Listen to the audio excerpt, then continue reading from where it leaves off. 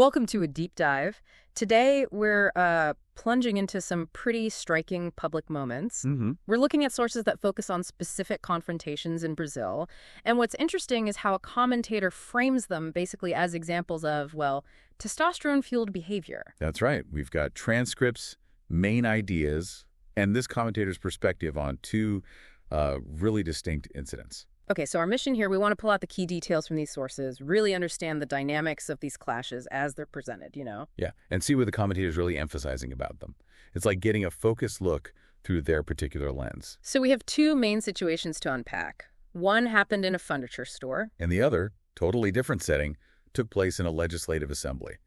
Let's start with the furniture store one. Okay, so setting the scene based on the sources. We're in Minas Gerais, inside a furniture store. And the sources introduce the main people involved. Yeah. There's a reporter, Ben Mendez. The commentator actually compares him to Celso Russomano.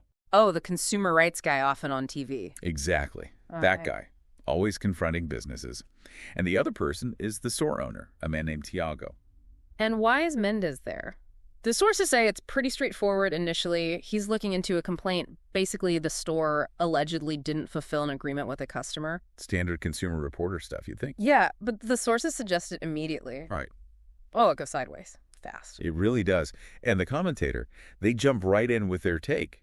They describe Tiago, the owner, as looking like he just had his, quote, testosterone shot. And that it had kicked in, that's the specific phrase they use, a testosterone bateau.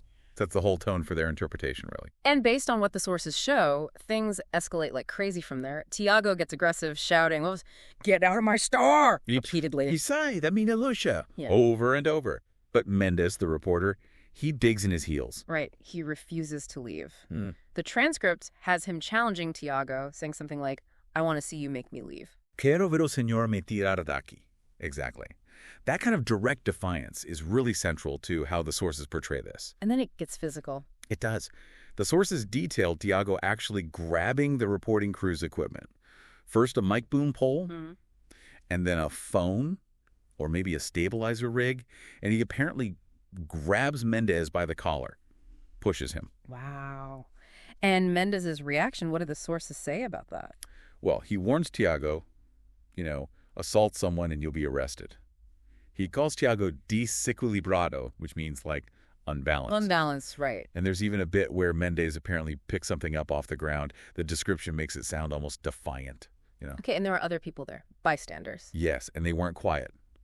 The sources mention a woman, probably a customer or just someone who was there. She's shouting at Tiago pretty much constantly. Who's she saying? Calling him a golpista, a scammer. Okay. And a machão, which is like tough guy or someone acting overly macho. Her voice is just another layer in this whole public, messy scene. And the commentator watching all this, what's their reaction, according to the sources? It's interesting. They seem almost amused.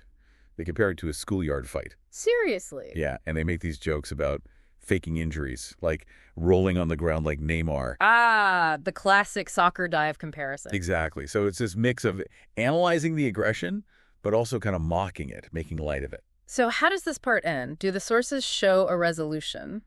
Well, the police show up, that's clear. But even with the officers there, the arguing, the confrontation, it's still going on right at the store entrance. The specific source segment we have doesn't really show the final outcome, just that the heat hadn't died down, even with the police present. So incident one, consumer issue, immediate aggression, physical actions, shouting, a vocal bystander, and this commentator framing it all through that testosterone and schoolyard lens. Pretty much sums up what the sources present for that one. Okay, let's switch gears completely then. Incident two.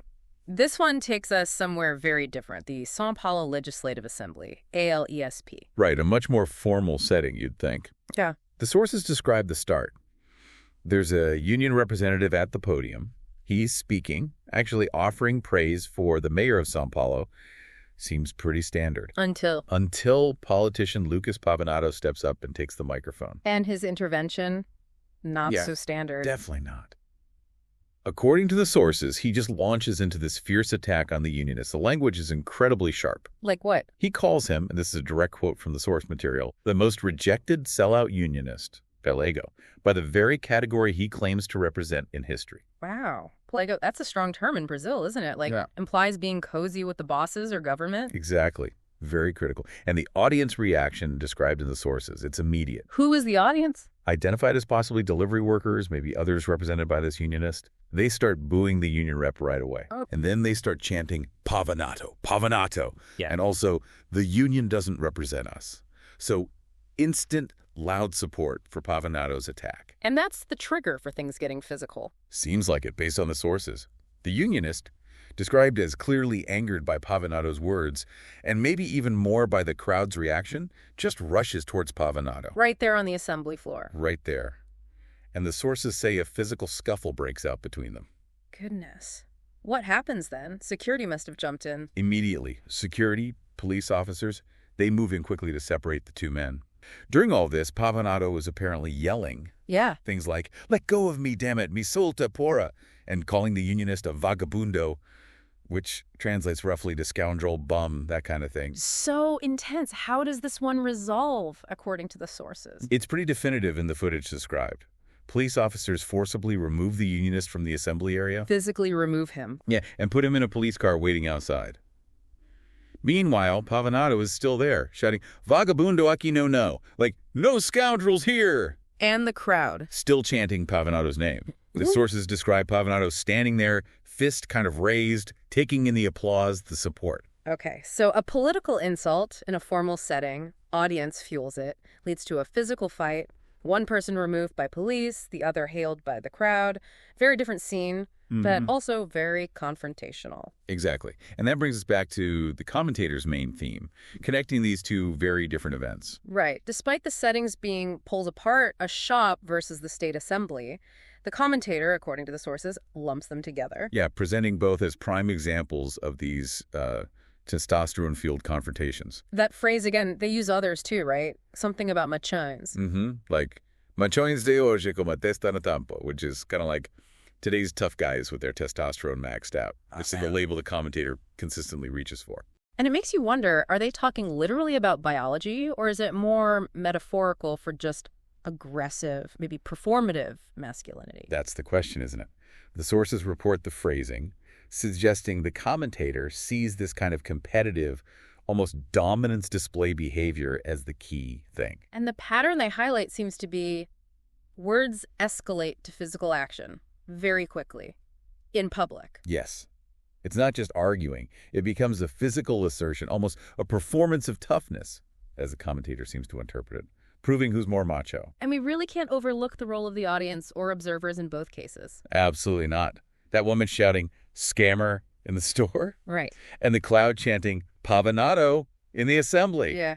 They weren't passive. The sources show them actively participating, maybe even egging things on. Yeah, their reactions seem to directly influence the dynamic. Definitely. So while the commentator zeroes in on this testosterone or macho angle, the source material itself, when you look at the details, it shows a lot more going on, right? Like the specific triggers.